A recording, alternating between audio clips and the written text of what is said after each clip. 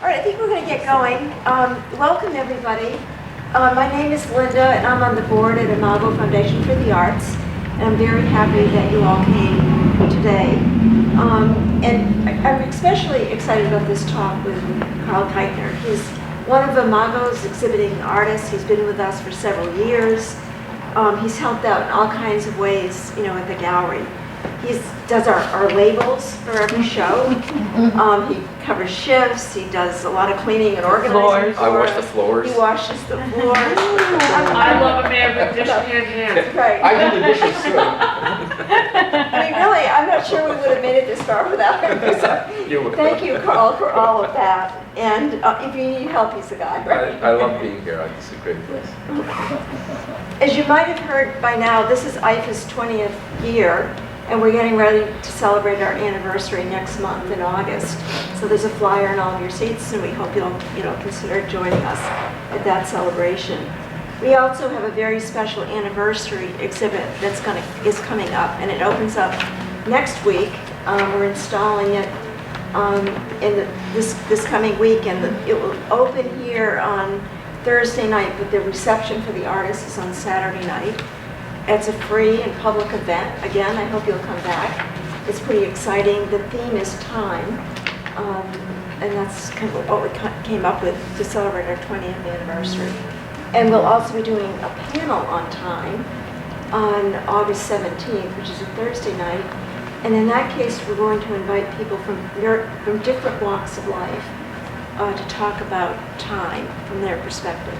So we'll have artists and I think other people from special initiatives are here. What else are you thinking? A poet, Vivian? Mm-hmm. There's going to be a physicist and someone from perhaps a rabbi and a farmer or farmers. A medical person. Okay.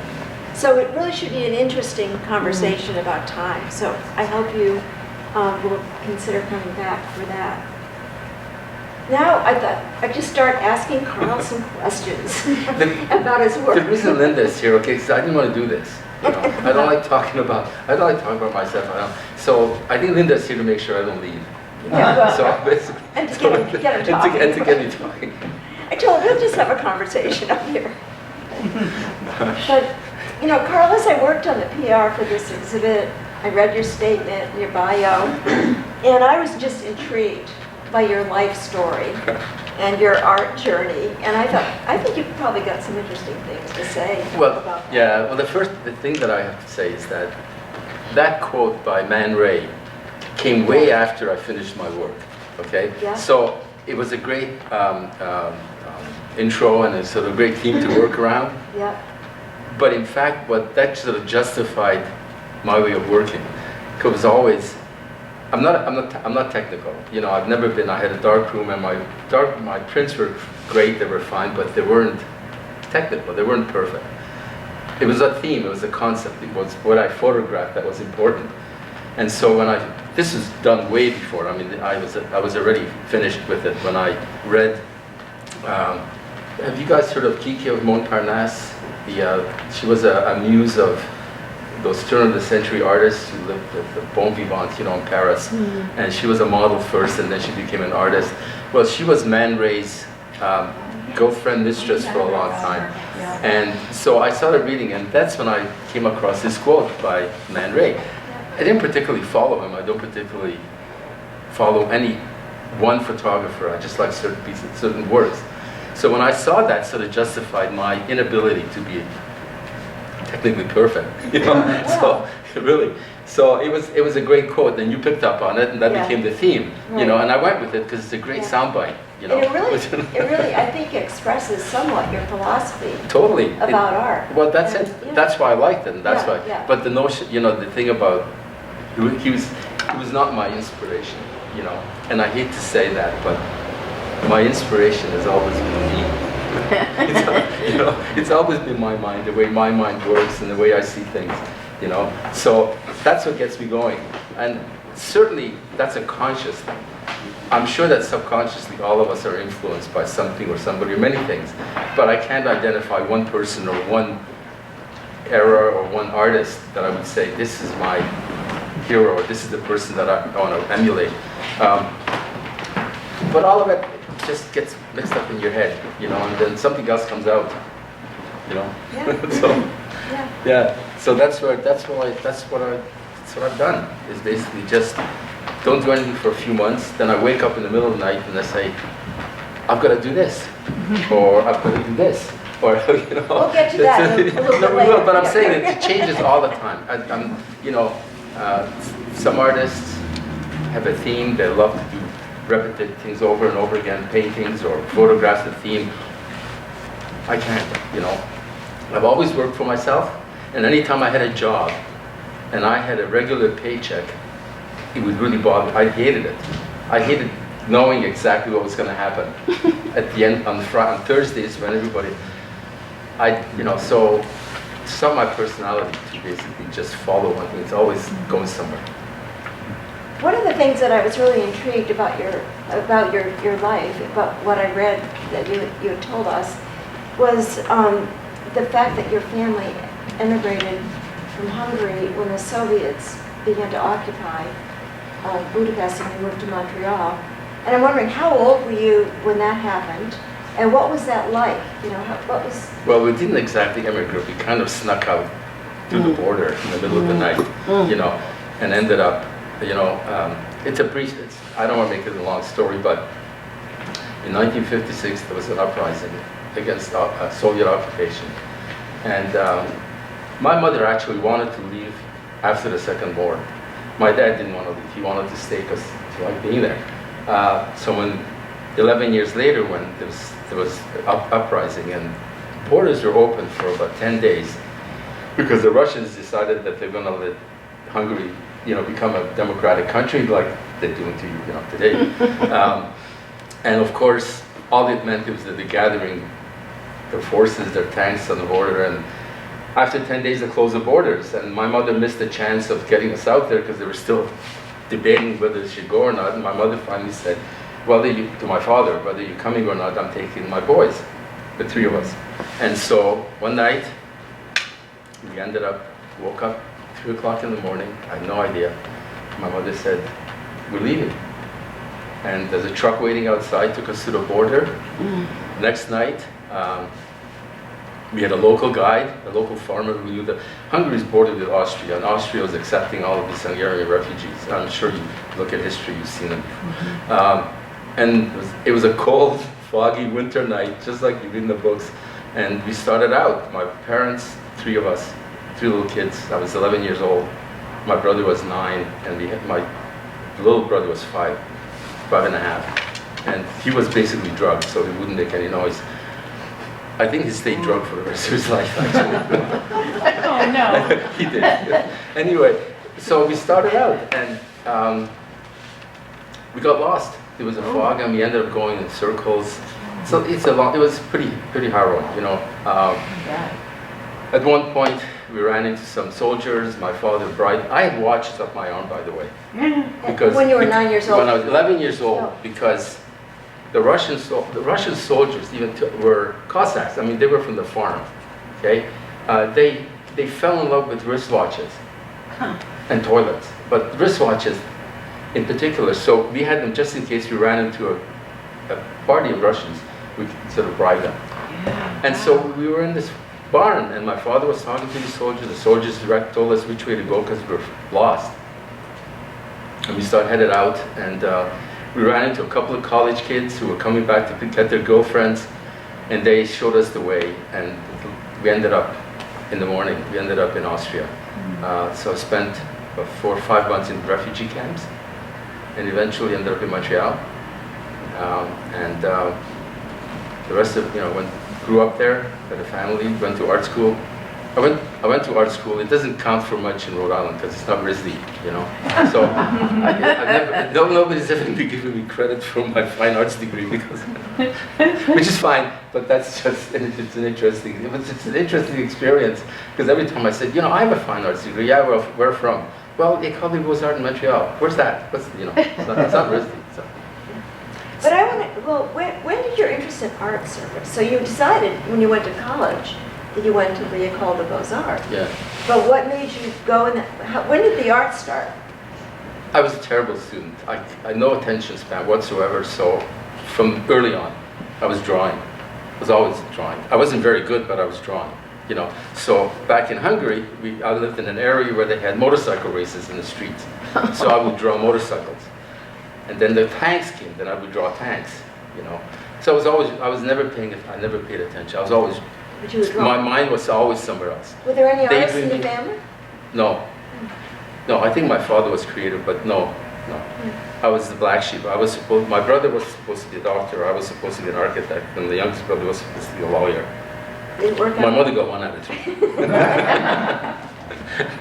Anyway, so yeah, it's not, you know, it's not that I was talented or gifted as an artist.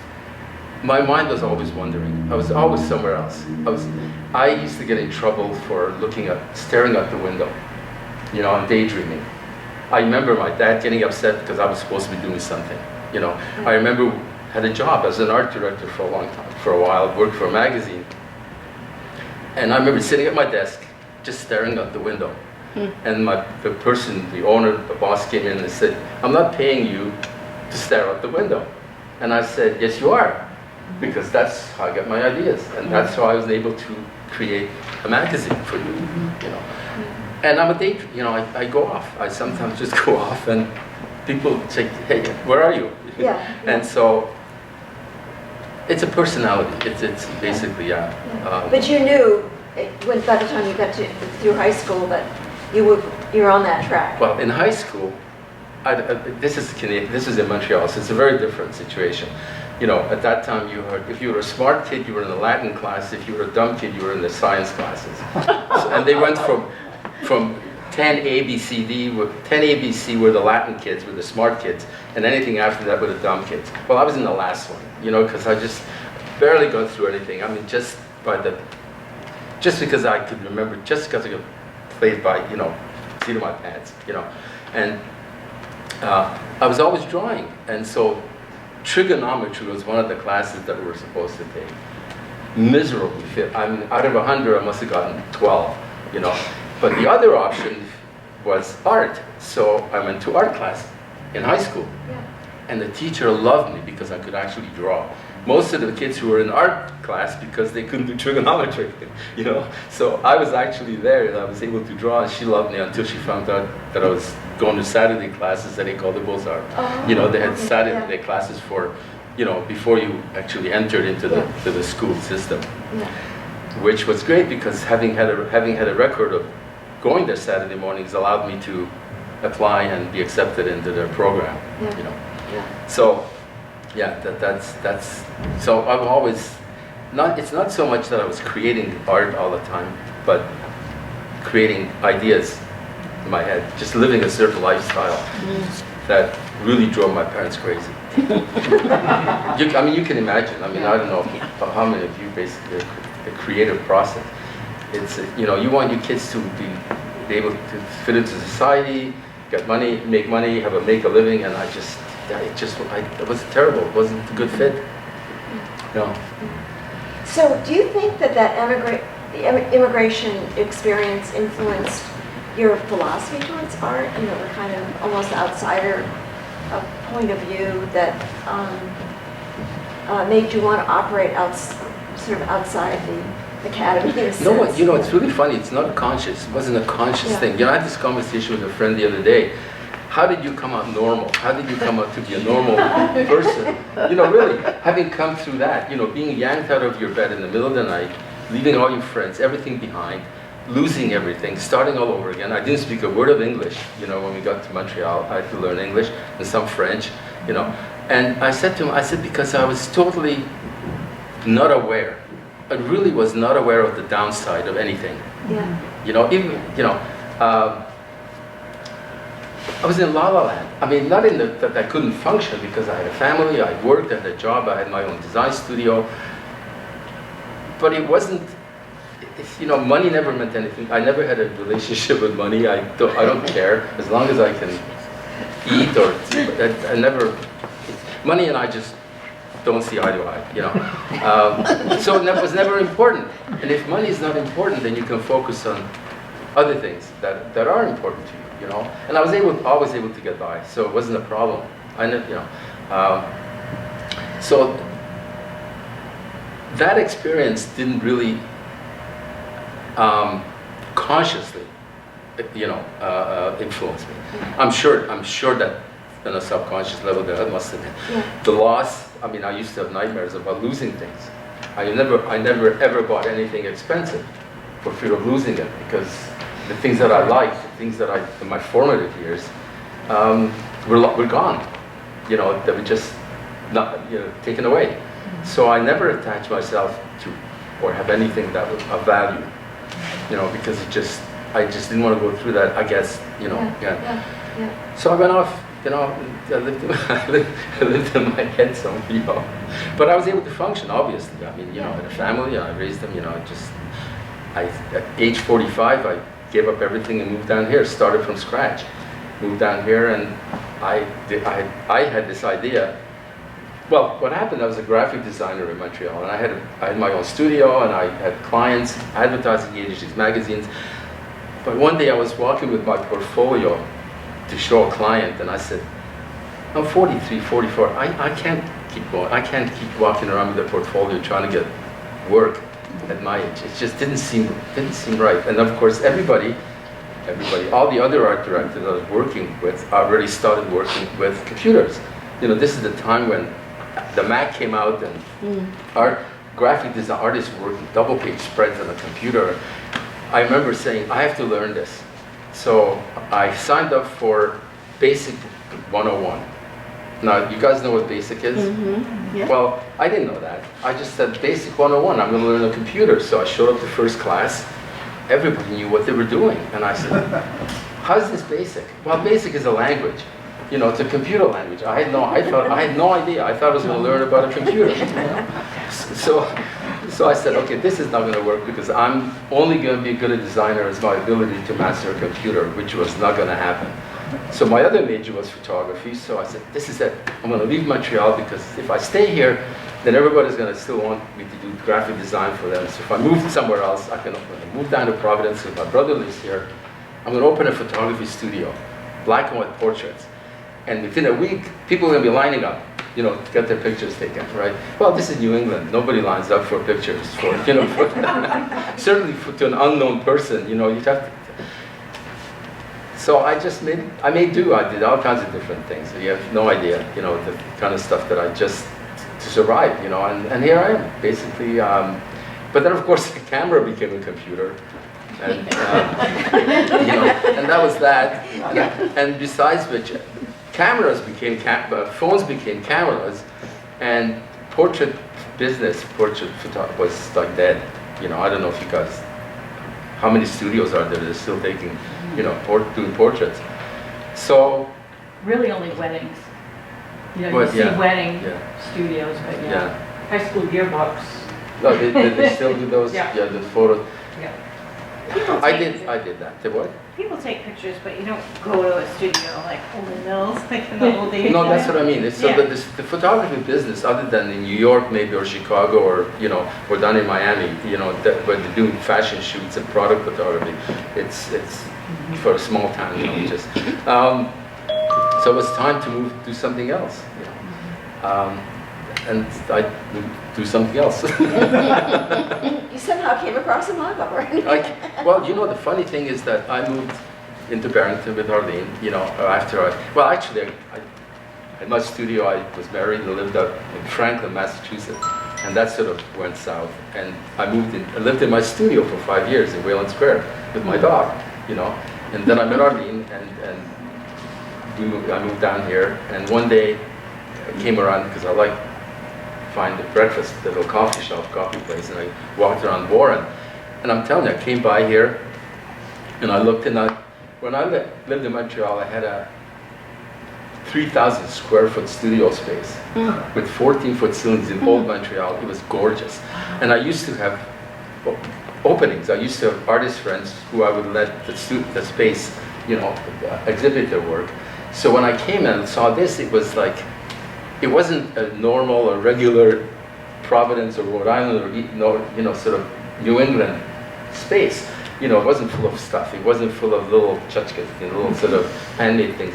It was an art gallery, walls, white walls. It was beautiful, and I said, I have to belong here. I want to be here. And so I remember sending an application. Never heard back. Dear. Which is, things haven't changed that much, So then what? We're trying to get better. No, what happened? And then I said, okay, fine. So then I tried again. Didn't hear back. Oh. But I started hanging out at the coffee depot, and I actually met Linda and I met Eileen, and not only that, but I saw them. I started sort of signed up at the gym down the street, and we started talking. And they said, "Why don't you come and join us?" I'm like, "Hello." Instead of reviewing applications.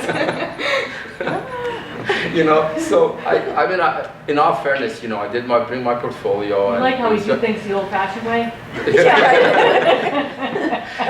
And I was thrilled, and but somehow things like that have always worked for me. When I first moved to Providence, I had a little, I come from Europe, and I come from Montreal, and I had a little apartment, and I was going to have a salon. I was going to have people come in. I'm going to set up my living room, and that's going to be but, people don't come into your living room in New England, to get their pictures taken, I mean, that's a big city. Anyway, so in Wayland Square, I don't know if you're familiar with Wayland Square. There's a pastry shop there now. There was a coffee. It's a really cool place. And upstairs there was a seamstress. And I decided, well, if the photography wasn't going to work out, I'm going to be a bartender. Now I don't drink. I know nothing about liquor, But I went to bartender school, right? And across the street from the bartender school, there was a seamstress with this space that I just like here. I wanted that. Was that above Madrid? It was, yeah. Yeah. Samsara, or whatever was her name, she was a seam. And I said, I don't know how, but I want this studio space. And you know something? 6 months later, her lease was up and she moved out. Wow. And I got it, and that was my studio. And I was there for like 12, 13 years. And when I got divorced, I actually lived there for 5 years. You know what happened? I mean, there was a bathroom, and I joined the gym down the street, so I'd go shower and work out. It didn't bother me. She didn't want to stay there. You're right about that. So I had no intention of moving to Barrington but it's been great. And of course, here I am, and I just love this place. I love everybody here. So So, I want to talk a little bit about this work. How did you end up at Jack Salvage? I know you love motor vehicles of every kind, right?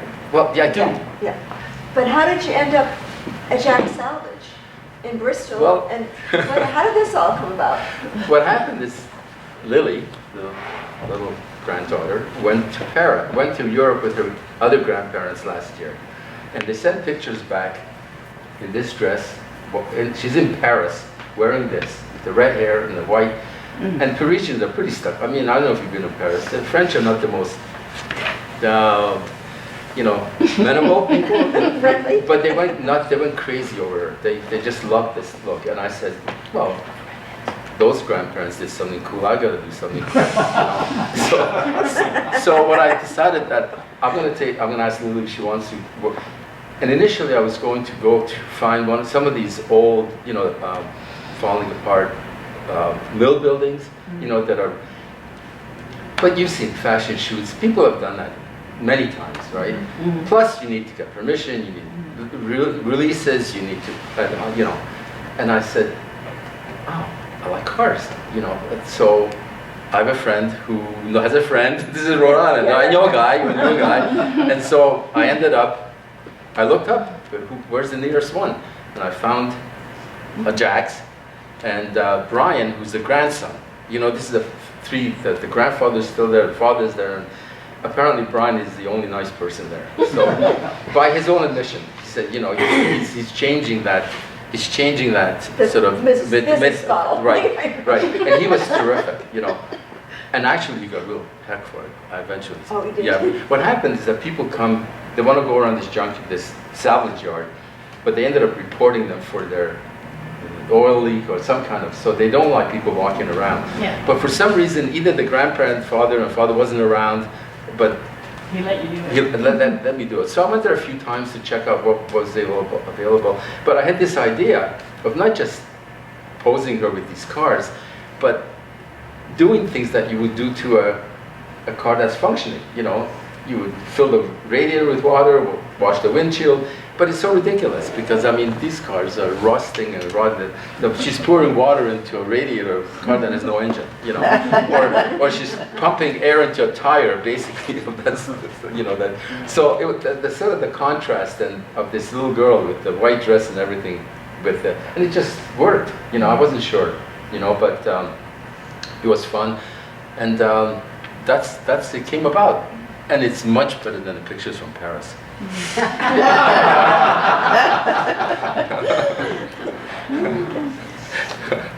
I'd like to open it up. I mean, do Yeah. you have, and then do you want to talk about your canes? The next project, because you work kind of from project to project, Well, but right? yeah, but I don't know if you read that. You know, I just the same way as I never liked having the same paycheck every week. I can't do the same thing over and over again. You know, I make birthday cards for family and friends. And Arlene is always telling me, you should do this, make a living. You know, you can sell these things. And I can't make another. I can't duplicate. I cannot sit down and make these, you know, over and over and over again. Just can't do it. You know, but one day, you know, this is done. The next project is, you know, basically some of the older photographs that we're going to show.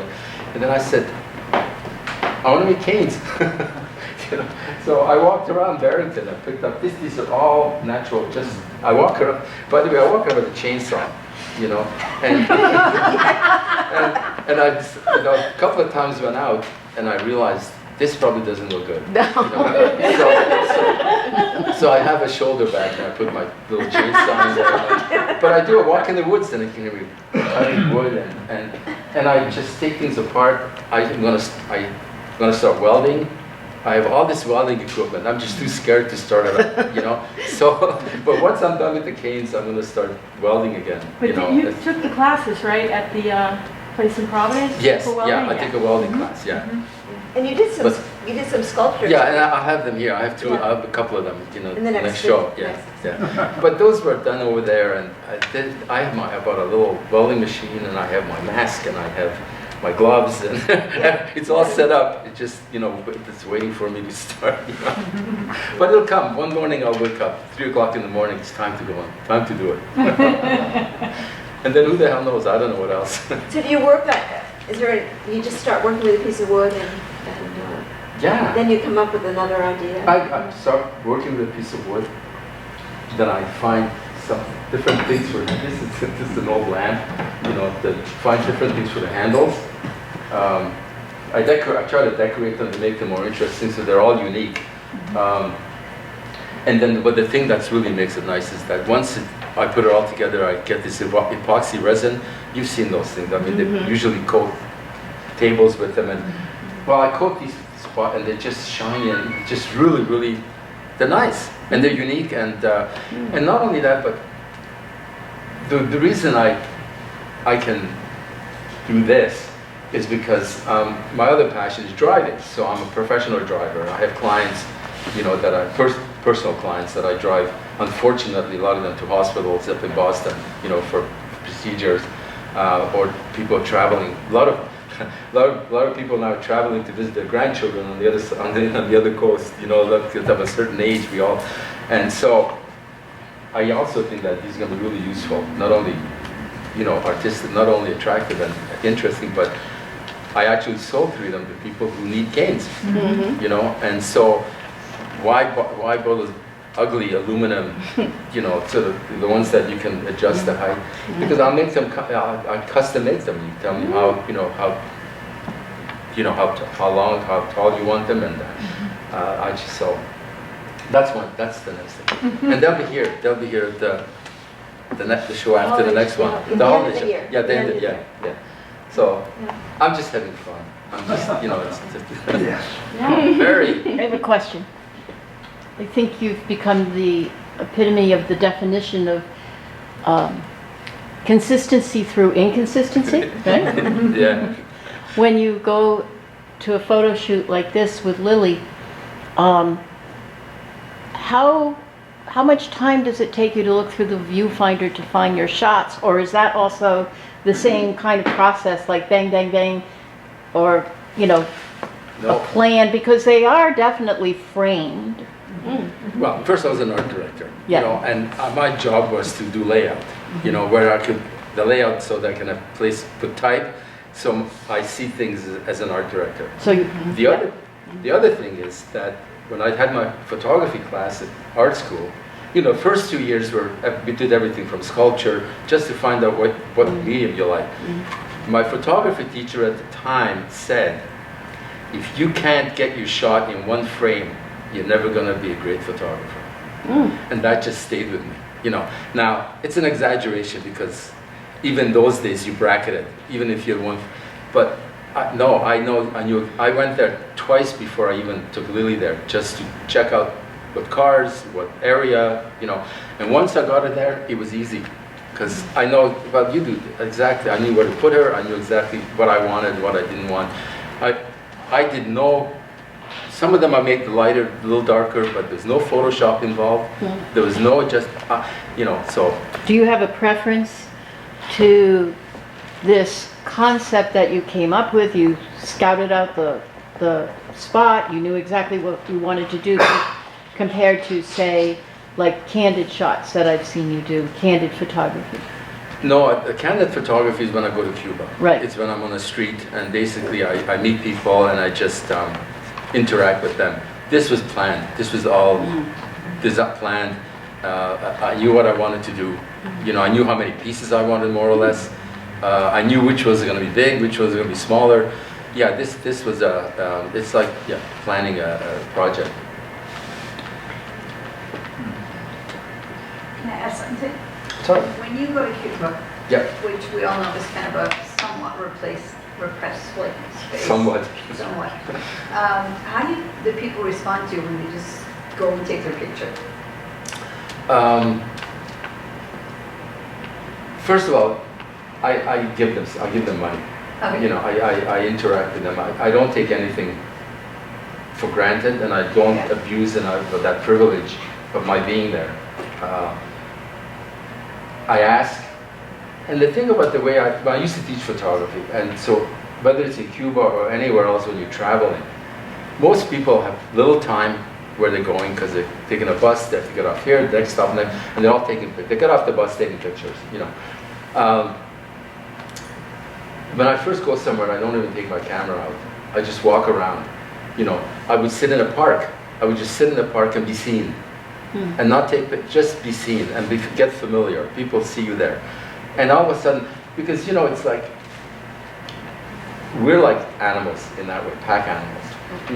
The only place that animals don't go at each other is the watering hole, right? Because it's a survival. But every time a new animal shows up, they all look up to make sure that it's a safe environment. Go to a restaurant. Watch people in a restaurant. When somebody comes in, everybody looks up. Everybody looks up to see what, and then they settle back to what they were doing.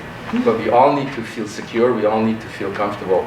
And when I travel, I want to make sure that the people that I'm interacting with feel safe and comfortable, and they don't feel I'm taking advantage, because they're poor, you know. And I show up with my camera. I show up with my, you know, they can tell they're tourists, you know. But the Cubans especially are very friendly. I mean, they're just amazing people. Just love them, you know. They are. And hospitable, and they have nothing. They live and enjoy life, and they play music, and they dance, and I don't know where they get the money. I have no idea where they get the money. I have no idea, but you do. Speaking as a Cuban, has nothing to do with money. No, of course not. That's It's what, in no. you. But I mean, still, well, they trade a lot of stuff. It's an interesting. One of the reasons I loved it there is that very similar to what Hungary was like before the Iron Curtain came down. You know, I was a little pioneer kid, you know, with the little neckerchief. I have pictures of little Cuban kids. Ration books, black market, you know, people work in factories. You work in a a bicycle factory, and then you take home a wheel, or you take home a tire at the end of the day, and then next day you sell it to trade with somebody. It's an amazing just amazing how they survive and how they live, you know. And they have nothing, and it's just awful. If you look at Havana today, it looks like Beirut. It looks like a bombed-out city. And the next thing you know, these families come out, press shirts, clean clothes. I mean, it's I don't know. I just never understood it. But We see pictures of Havana. Now, I have Yeah. vague memories of it. I left there when I was 7. I Right. have vague memories of certain places. And the buildings still have this incredible shape, and the architecture is just amazing. And I always thought that people look like a very, very, very old woman who had a lot of money at one point in her life. who can't afford a plastic surgeon, you know? Because that's what the city looks like. It's every day a building crumbles. Every day a Yeah. building falls down, you know, because it's just anyway. So when I'm traveling, it's very different than street pictures than when I plan a shoot. This Yeah, I'm lady sorry. has a Have you question. been back to Hungary since? I have been back to Hungary for about 4 or 5 times, at different times, different decades. I remember I was 11 when we escaped. I have a daughter, and I took her back when she was 11.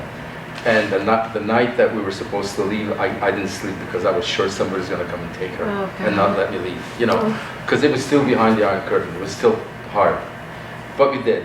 The next time I went, I flew my motorcycle from Montreal to Paris and rode my motorcycle from Paris to Budapest in 1986 for the first Formula One race behind the Iron Curtain. So that was another trip, you know.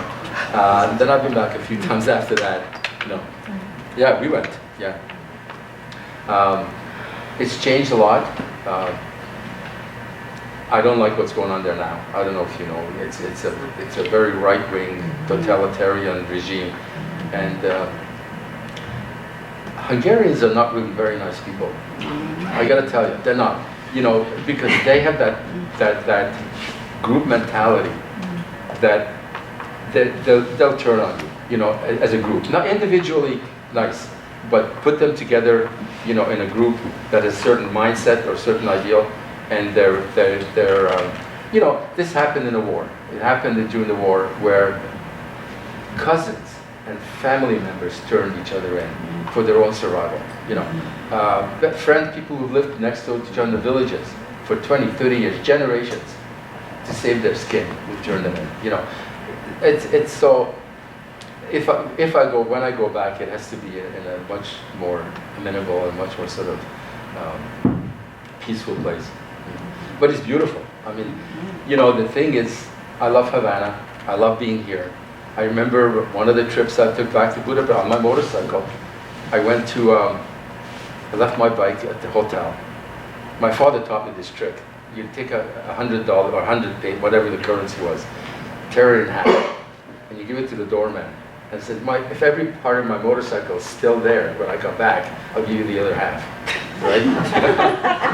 So, great incentive. I never lost anything, you know. But I went for a walk in downtown Budapest, and there was a downpour, and I'm standing under this awning, and I'm not a religious person. I'm not you know.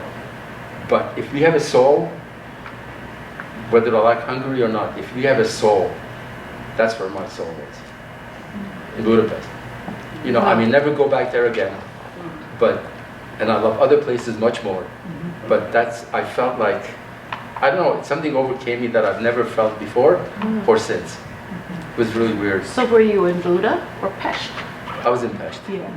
But I grew up in Buda. I mean, we grew up On on the a hill. hill. Yeah. I think this lady has a question. Yes, sorry. I would love to hear you talk a little bit about the medium of photography, and it sounds as though you work in a great many different media. What is it about photography that you find particularly compelling? I'm a voyeur. Yeah. I love watch people. I love watching people. I love interacting. I like to sit back and be invisible and see what's going on around me. One of the things about Cuba, I don't speak Spanish. And you would say, that's a disadvantage. Actually, it's not, because I don't get distracted by conversations, you know? I can sit in a park and just look, you know, the one sense, my eyes, and I'm not distracted by somebody. I don't know if they're talking about me or what they're talking about. So, I aim my camera, I look for situations, and if you saw my Cuban pictures, they're all about looking at how people live, look at what people are doing.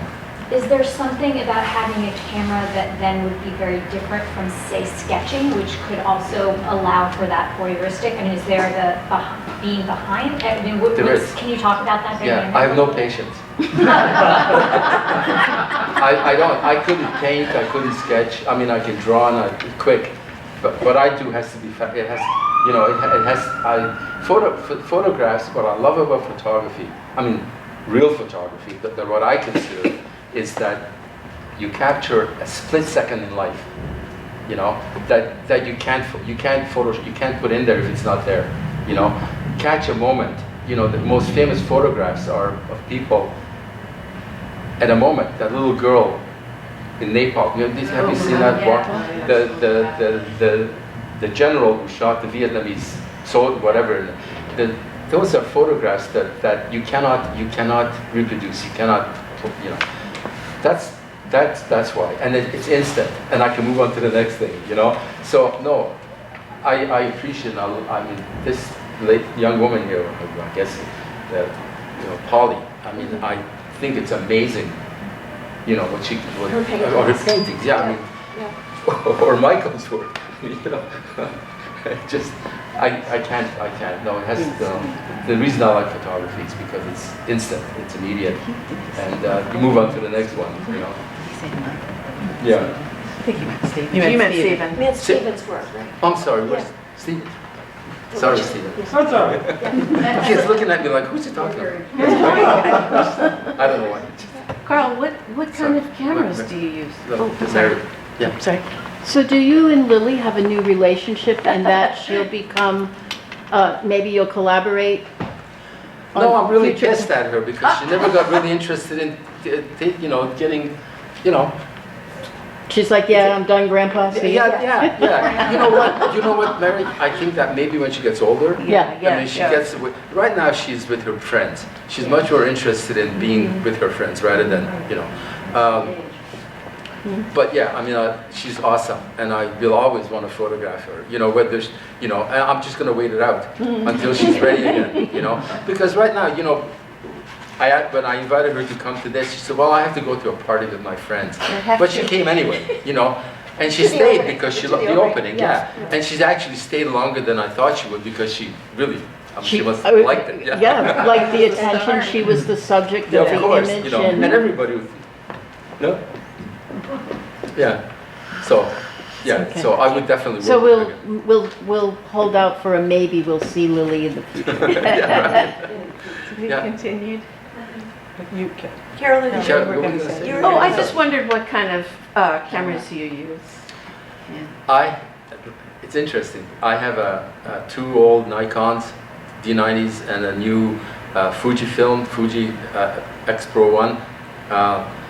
I like big heavy cameras, but the interesting thing is, for me, is that I don't care what kind of camera you have. If you have the eye, Yeah. if you have the passion for the. I always, you know, told my students, I said, there are two things without which you will never have a great photograph.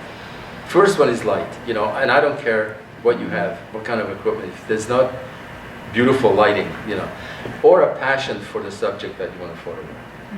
And when you have a passion for something, you don't. You can photo. I mean, the most famous photographers walking around with old Leicas. You know, I mean, these are just little. And almost like point-and-shoot cameras, great lenses, but they had a vision. They saw things. They saw things that other people did not. You know, I remember I had one student in one of my classes who came into the class with equipment I couldn't afford. I mean, we're talking about tens of thousands of dollars worth of cameras and everything, and his photographs were really, really good, except there was one thing missing. And he brought in this beautiful black and white print of his neighbor talking to another neighbor.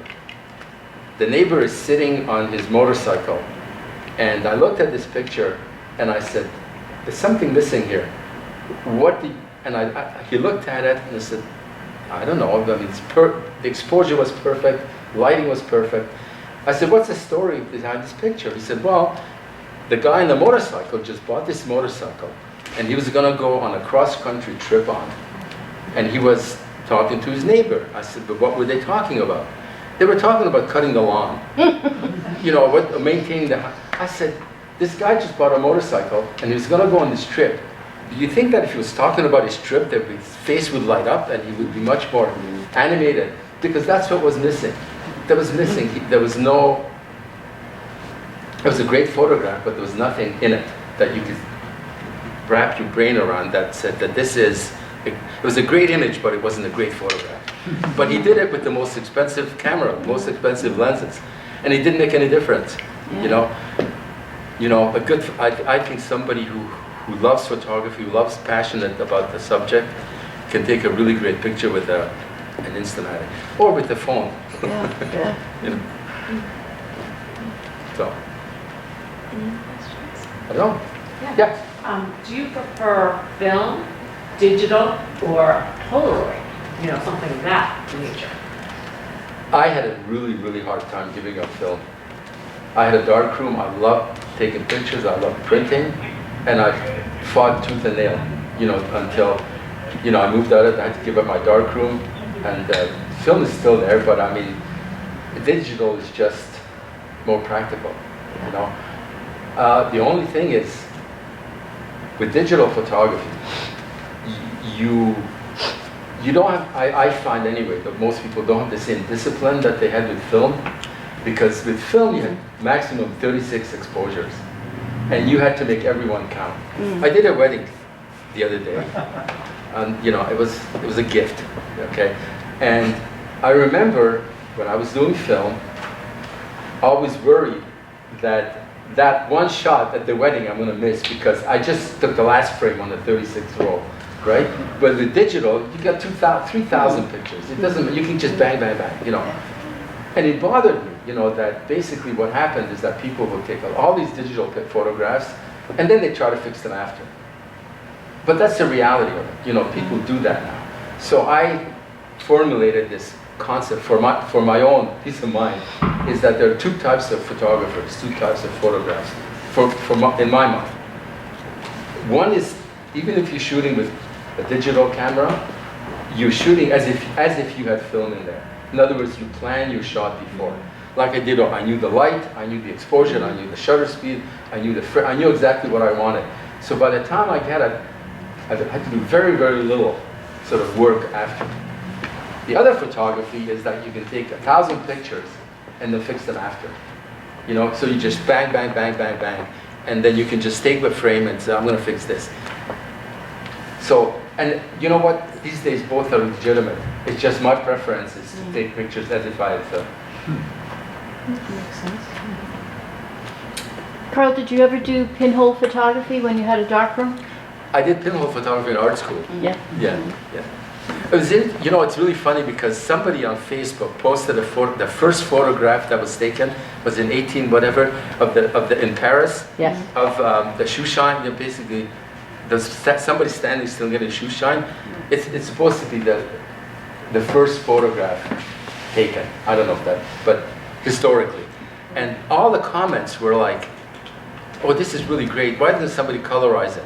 Or basically they said, "Where is everybody?" And so I wrote, I said, where everybody is? They're all there, except they didn't stand still long enough, for the image to be captured, because that was a very long exposure. It's probably minutes. So the only person that appeared in that image was the person who stood still long enough, for their image to be captured. But it looks empty. But it was in the middle of the day in Paris, so you can imagine it. But it looked like so somebody would actually said, where is everybody? That's funny. That's my story. I'm sticking to it.